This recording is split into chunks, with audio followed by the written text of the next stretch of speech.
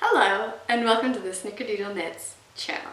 I am Jessica and I am the knitter and designer behind Snickerdoodle Knits. In this video I am going to talk about my Nestled Diamonds Blanket pattern design. I will talk about the inspiration of the design, which is really quick. I'll talk about the techniques in the design and I'll talk about yarn options. So let's get started. So this design I designed back in fall of 2019. 2019 was a year of a whole bunch of my friends started having a bunch of babies. So this pattern was designed for my best friend's baby. My best friend loves purple and she had a little baby girl. And I had some softy, chunky, bright purple yarn that I used to knit the original sample. Then this year, I went ahead, this year is 2020, if you're listening to this in the future, I knit this one in a gray that is made by Loops and Threads, their Charisma yarn.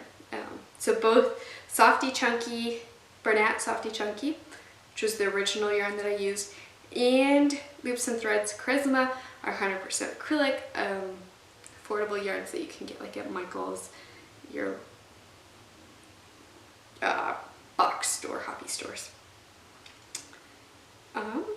So the design is pretty basic. It has a seed stitch border along every side, and then it has this nestled diamond motif inside. It's very easy to customize, both length and width. It's available in 5 sizes. I have it available in a security blanket size, baby blanket size, stroller blanket size, toddler blanket size, and throw blanket size. But I believe I include instructions on how to customize that widthwise or lengthwise if you want a different dimension. If you're interested in knowing what the dimensions are, all of that information is available on the Ravelry pattern page. So that Ravelry link will be available in the description box down below. And if you want to change the size slightly, a very easy way to do that is to change your needle size. The gauge that it is initially knit up on is a very tight gauge, and my best friend, when I asked for her review, her feedback on the pattern, she said she loved that it was a really thick fabric because it worked so well like as a car seat blanket, and it was really warm and cozy, and she didn't have to worry about her baby's hands getting stuck in the fabric or something like she did with some of the other handmade blankets that she had received. However, if you're looking for a looser fabric, you can still get a nice full gauge but a looser fabric if you just increase your needle size, and that will help a lot. So with this version of the blanket, I actually have a larger a gauge that is looser. So I got a larger blanket, plus I added some length to it. So it's larger both widthwise and the lengthwise, partially because of the gauge and partially because I used more yarn and just repeated it more. If you're interested in the specifics about this pattern, about this project with the gray blanket, I have if you're interested in knowing all the specifics about this gray project that I created, since the dimensions do differ a little bit from the pattern, I have all of my project notes on my Ravelry project. So I can link that Ravelry project down below so you can check that out to know what modifications I made.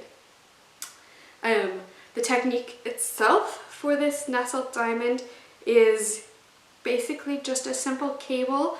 It is possible to do part of it without a cable needle.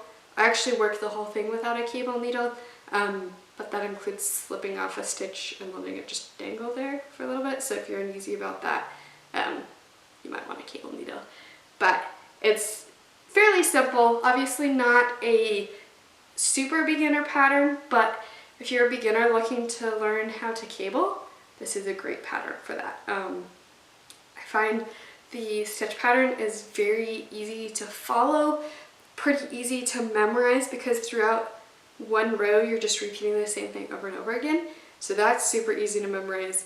The other thing that's really handy about this pattern is it's really easy to read your knitting. So you know that you're increasing your diagonals, or you know you're decreasing your diagonals. And so then it's easy to know which kind of cable you need to do, and so on and so forth.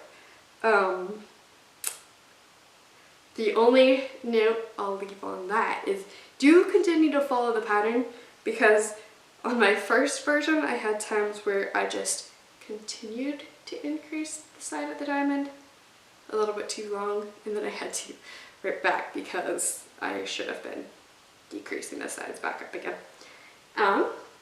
So yes, that is the basics of the pattern. The yarn, like I mentioned, is, well, like I used Bernat Softy Chunky, and then I used Loops and Threads Charisma. It's a super bulky yarn that I'm calling for in this pattern. Really any durable, super bulky yarn would work great. Obviously, the more solid your color is, the more your diamonds are going to show up. But color can be fun too. For projects that use different kinds of yarn, you can look at the project page on Ravelry. So go to my Ravelry pattern page, then up at the top there's like a project page, and you can view other projects that use this pattern design. So for other yarn recommendations, I do have a blog post for that. So I have a blog post that has color recommendations specific to Loops and Threads Charisma yarn, I believe. I will edit this out if not.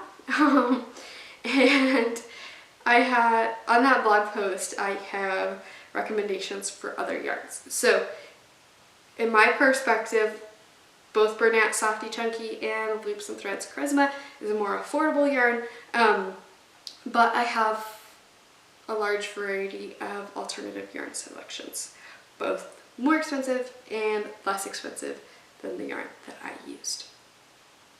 So that blog post will be linked down below. I will also link all of the locations that you can buy this pattern. So the pattern can be purchased at Ravelry, at Pattern Vine, and at LoveCrafts. So all three of those links will be down below. I hope you found that this video answered all of your questions regarding the Nestled Diamonds Blanket design, and I hope that you found it interesting and informative. If you liked the video, please give us a thumbs up. Go ahead and subscribe to the YouTube channel for more video content like this. And you can check out the other videos that I have posted. So I have tutorials for techniques that I use in my pattern designs, and I have a video just like this one for each of my designs that talks about the inspiration, yarn, and techniques. So I hope you found this helpful, and I hope to see you around. Happy knitting!